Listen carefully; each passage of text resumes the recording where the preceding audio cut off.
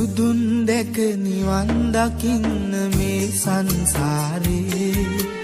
අපි ඇසු බණ මදි වුණාද මේ දම් දීපේ සිල්ගත්තා පින් කෙරුවා දිවාරේ දෙකේ අතර මං වුණේ කොහොමද අපේ ජීවිතේ